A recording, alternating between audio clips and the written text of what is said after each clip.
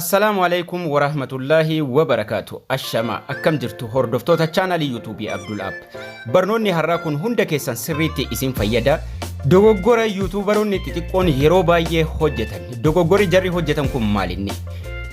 Yeroo baay'ee YouTubein keenya viewun isaa dhibba lama oliin darbu. Maaliif? Sababni isaa dogoggora maaliif goone? Bal'inaan waliin ilaallaa haga dhuma barnoota kanaatti turtii gaarii. Wantoota guddina chaanalii keenyaa dhorkan YouTube Studio bilbila keenyaarra seennee waliin haa ilaallu. Yeroo baay'ee guddina chaanalii keenyaa namootuma waliin viidiyoo keenya dhufanii daawwatantu chaanalii keenya nu jalaa ajjeesu. Haala kamiin nu jalaa ajjeesu? Viidiyoon keenya yeroo gadhiifamu ilaalcha yoo xiqqaate daqiiqaa 3 barbaada. Sun tokkoffaa irratti chaanalii keenyaaf guddina chaanalii keenyaatiif faayidaa guddaa qaba. Amma asirratti viidiyoo kana daawwadha. Viidiyoon kun raankingii isaa 9 irra jira. 9-10.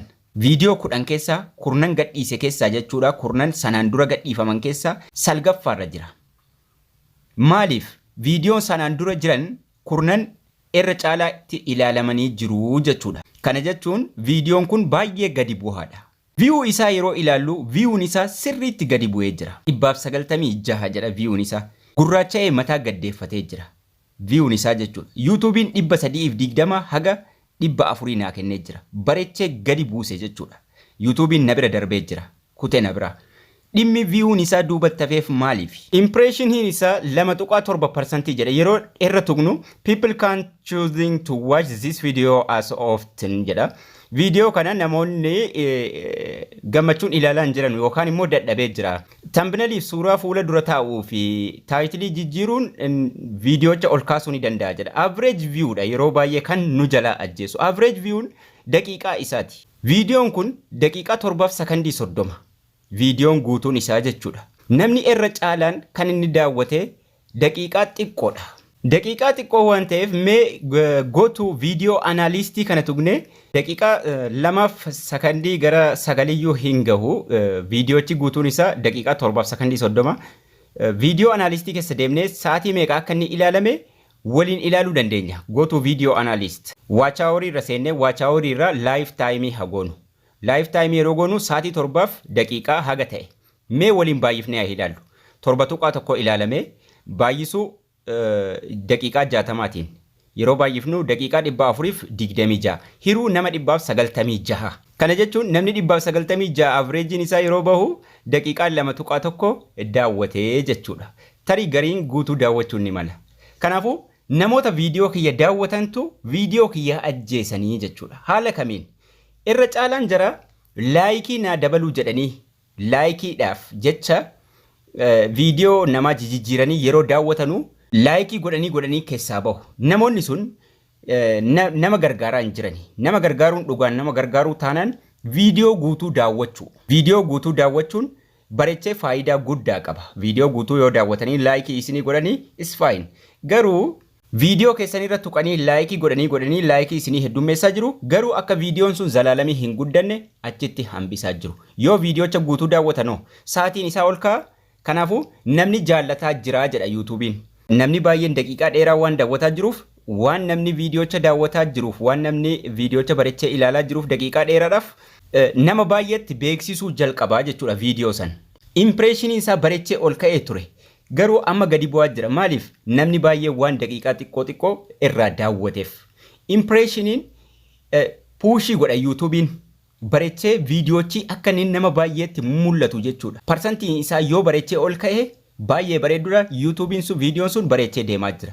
Garuu yeroo namni daqiiqaa xiqqoo daawwachuu jalqabee dadhabsiisee impressioniin isaa dhufee lafa dhahaa jechuudha. Amma viidiyoo kana lafaa ol kaasuudhaaf 320 YouTubein 320 haga 400 osoma namni dhibbinaa daawwate deemee YouTube biraan gahu ammallee jechuudha. Innis ola deema gaana dura ola deema. Osoma namni dhibbi guyyaatti na daawwate akka qaldiitti deemee biraan gahu 296 YouTubein garuu 320 haga 400 naa kenne. Yoo namni dhibbi 2 daawwate 396 dha. Garuu raayitii naa godha malee arongaadee magariisa ol naan agarsiisu ammallee. Maaliif YouTubein 400 irra jira kaan guddaan xiqqaan immoo 320. Kanaafuu viidiyoo walii yeroo daawwattan viidiyoo san viidiyoo guutuu namaa daawwadhaa laayikii namaa godhaa. Viidiyoo namaa irra tuqxanii hin bayinaa, ilaalina, ilaaluu dhiisuu wayya. Raayitii akkasii kana godha.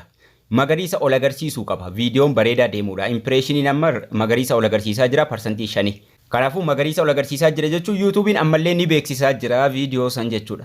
Garuu gurraacha'ee mataa gaddeeffannaan viidiyoo keessan irraa tasfaa kutadha. Maaliif sa'aatiidhaa wajjin deema yeroo baay'ee.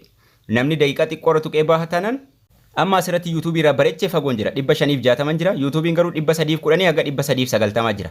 YouTube irraa meeqaan hin fagaadhee jira 390 an 560 dhibbaaf wayin irraa fagoon jira jechuudha. 550 irraa fagaadhee jira. Carraan inni dhufee na bira gahu fagoo. Kanaafuu YouTube viidiyoo san na beeksisaa deemaa jechuudha. Magariisa ol agarsiisuu qaba.